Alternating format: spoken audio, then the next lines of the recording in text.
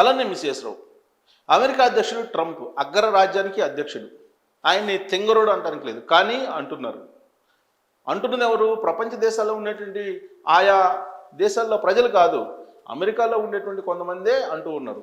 కానీ కారణం ఏంటంటే ఏ రోజు ఎలా మాట్లాడతారో కూడా ఆయనకి అర్థం కానటువంటి పరిస్థితి. ఆ మధ్యకాలంలో ఒక లేడీ నచ్చింది కాబట్టి ఆయన పదవి ఇచ్చారు, ఆమె భర్తకి పదవిని ఇచ్చారని చెప్పాడు.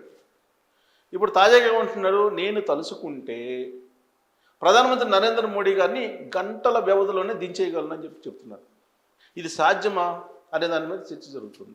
అసలు ఎందుకు ఆ విధంగా ఆయన కామెంట్ చేశారు? ఎందుకు నరేంద్ర మోడీ గారిని పదే పదే టార్గెట్ చేస్తున్నారు? ఆపరేషన్ సింధూర్ క్రమంలో కూడా తానే యుద్ధాన్ని ఆపేశానని ఆయన చెప్తున్నారు.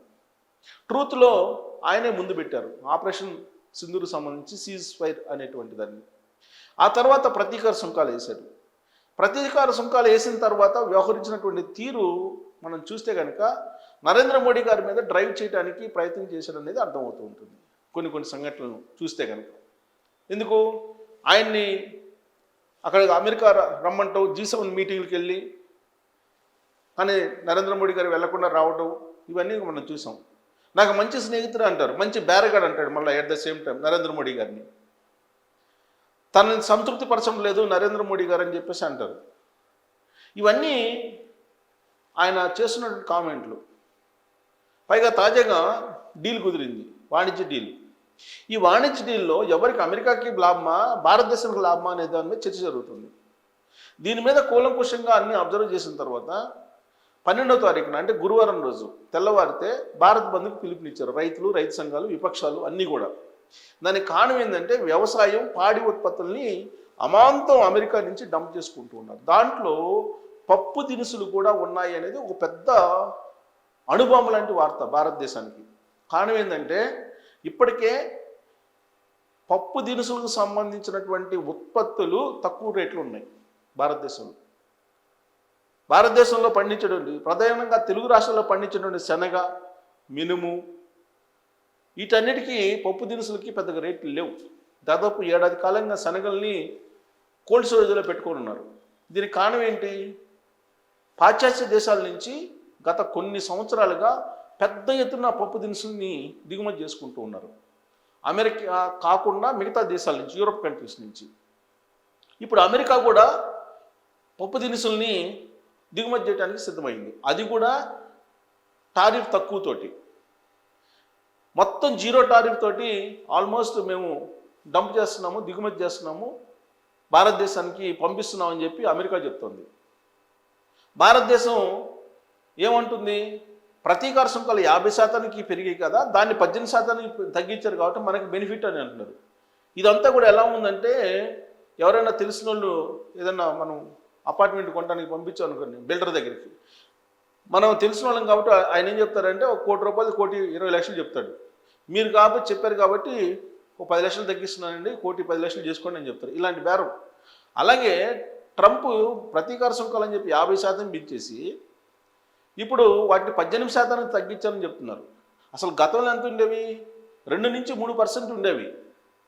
అదే అమెరికా ప్రొడక్ట్స్కి 100% దిగుమతి సుంకాలు వేసినటువంటి వస్తువులు కూడా ఉన్నాయి. ఇప్పుడు ఉదాహరణకు హార్లీ డేవిడ్సన్ ఉందనుకోండి, ఆ హార్లీ డేవిడ్సన్ మోటార్ బైక్ 100% ఉండేది దిగుమతి సుంకం, దాన్ని తగ్గించేశారు. ఇప్పుడు 50% తగ్గించేశారు. ఇప్పుడు రాబోయే రోజుల్లో దాన్ని అసలు 0 చేసేటువంటి అవకాశం కూడా ఉందని చెప్తూ ఉన్నారు. అంటే మొత్తం వాణిజ్యంలో 40 లక్షల కోట్ల రూపాయల విలువైనటువంటి ఉత్పత్తులు అమెరికా నుంచి భారతదేశానికి దిగుమతి చేస్తున్నారు, దిగుమతి అవుతున్నాయి. రాబోయే రోజుల్లో దిగుమతి చేసుకుంటుంది భారతదేశం. దీంట్లో ఆయిల్ కూడా ఉంది, వెనిజులా నుంచి ఆయిల్ ఉంది, అమెరికా నుంచి ఆయిల్ దిగుమతి చేసుకునే కార్యక్రమం కూడా ఉంది. రష్యా నుంచి ఆయిల్ మీరు కొనకూడదు, ఇది నిబంధన. సో రష్యా నుంచి ఆయిల్ కొనడం ఆపేశామని చెప్పి ప్రధానమంత్రి నరేంద్ర మోడీ గారు చెప్పారు, విదేశాంగ శాఖ మంత్రి జయశంకర్ గారు చెప్పారని చెప్పేసి చెప్తుంది అమెరికా. మేము కొనటం లేదు లేదా కొంటున్నాము ఏదో ఒకటి చెప్పాలి కదా భారత ప్రభుత్వం, చెప్పట్లా. జయశంకర్ గారిని అడిగితే ఏం చెప్తున్నారు? అది వాణిజ్య శాఖ మంత్రికి తెలుసు అని చెప్తున్నారు. వాణిజ్య శాఖ మంత్రిని విలేకరులు అడిగితే ఏమంటున్నారు? అది విదేశాంగ శాఖ మంత్రికి తెలుసు అని చెప్పి పీయూష్ గోయల్ గారు అంటున్నారు. ఇలా ఒకళ్ళ మీద ఒకళ్ళు చెప్పుకుంటున్నారు తప్పితే అసలు రష్యా నుంచి ఆయిల్ కొనుగోలు ఆపారా లేదా కంటిన్యూ అవుతుందా, ఇది మాత్రం స్పష్టం చేయట్లా. కాకపోతే ఒకటి మాత్రం మనకు స్పష్టంగా తెలిసినటువంటి విషయం ఏంటంటే రీసెంట్గా రష్యాతోటి భారతదేశం వాణిజ్యపరమైనటువంటి ఒప్పందాన్ని కుదుర్చుకుంది, రక్షణపరమైనటువంటి ఒప్పందాన్ని కుదుర్చుకుంది, సాంకేతికపరమైనటువంటి ఒప్పందాన్ని కుదుర్చుకుంది. మరి అది కంటిన్యూ అవుతుందా లేదా అని అంటే ఇప్పుడు ఆయిల్ని కొనుగోలు చేస్తున్నారా లేదా అనే దాని మీద ఆధారపడి ఉంది, అది కంటిన్యూ అవుతుందా లేదా అని. అమెరికా అయితే ఆంక్షలు పెడుతుంది, రష్యా నుంచి ఆయిల్ కొనుగోలు చేస్తే మీకు ప్రతీకార సుంకాలు మళ్ళీ వేస్తామని చెప్పి హెచ్చరిస్తూ ఉన్నాడు ట్రంప్. 25% వేస్తామని చెప్పి పదే పదే చెప్తున్నాడు ట్రంప్. అంతేకాదు ఇండియన్స్ అమెరికాలో ఉండేటువంటి వాళ్ళని ఏ విధంగా టార్గెట్ చేస్తున్నారంటే అక్కడ ఉండేటువంటి హోమ్లాండ్ సెక్యూరిటీ, అక్కడ ఉండేటువంటి నేషనల్ గార్డ్స్ తోటి మొత్తం స్క్రూటినీ చేస్తున్నారు. మొత్తం వెట్టింగ్ అనేటువంటి పేరుతోటి సోషల్ మీడియాలో జల్లెడ పడుతూ ఉన్నారు. సోషల్ మీడియాలో మీరు కనుక పొరపాటున మోడీకి వ్యతిరేకంగానో అమెరికాకి వ్యతిరేకంగానో మీరు లైక్ చేసినా సరే ఏదన్నా పోస్ట్ని, ఆ వెట్టింగ్లో మీ వీసా రద్దయిపోతుంది, డిపోర్ట్ చేస్తున్నారు, తిరిగి పంపించేస్తున్నారు దేశాలకి. అక్కడ ఉండేటువంటి ఇండియన్స్ కారణంగా అమెరికాలో ఉండేటువంటి నిరుద్యోగులు పెరిగిపోతున్నారనేది ట్రంప్ యొక్క అభిప్రాయం. అందుకే H1B వీసాలకు సంబంధించి అసలు కంప్లీట్గా రద్దు చేయాలి అనేటువంటి బిల్లును పెట్టారు. ఇప్పుడు రిపబ్లికన్ సంబంధించినటువంటి ప్రతినిధుల సభలో రిపబ్లికన్ పార్టీకి సంబంధించినటువంటి మెంబరు H1B వీసాల రద్దు అనేటువంటి బిల్లుని పెట్టారు. అంటే అసలు ఎప్పటికీ H1B వీసాలు ఉండకూడదు అనేటువంటిది. ఇప్పటికే వచ్చినటువంటి వాళ్ళు ఉన్నారు, వాళ్ళతోటే నిరుద్యోగం పెరిగిపోతుంది, వాళ్ళ కారణంగా కార్మికులకి అమెరికాలో ఉండేటువంటి వాళ్ళకి పని దొరకట్లేదు అనేటువంటి వాదనని ఆయన వినిపిస్తూ బిల్లుని పెట్టారు. ఆ బిల్లు రేపో మాపో చర్చకు వస్తుంది, అది ఆమోదం పొందుతుందా లేదా ప్రతినిధి సభలో అనేది వేచి చూడాలి. మొత్తం చూస్తూ ఉన్నారు. ఇప్పుడు H1B వీసాలు ఉన్నటువంటి వాళ్ళు మన వాళ్ళు దాదాపుగా కొన్ని లక్షల మంది ఉన్నారు. అక్కడ 50 లక్షల మంది ఇండియన్స్ ఉంటే వాళ్ళలో H1B వీసాలు ఉన్నటువంటి వాళ్ళే ఎక్కువ మంది ఉన్నారు. మరి వాళ్ళ పరిస్థితి ఏంటి?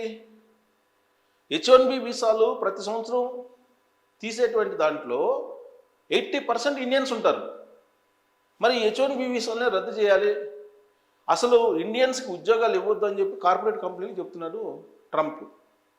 మరోవైపు ఏంటి, ఆయన ఈ మధ్యకాలంలో తీసుకున్నటువంటి నిర్ణయం, వాణిజ్య డీల్ తర్వాత కాశ్మీర్ని అలాగే చైనా ఆక్రమించుకున్నటువంటి ప్రాంతాన్ని రెండింటినీ ఒక మ్యాప్లో అమెరికాకు ఒక మ్యాప్ తయారు చేసి విడుదల చేశారు.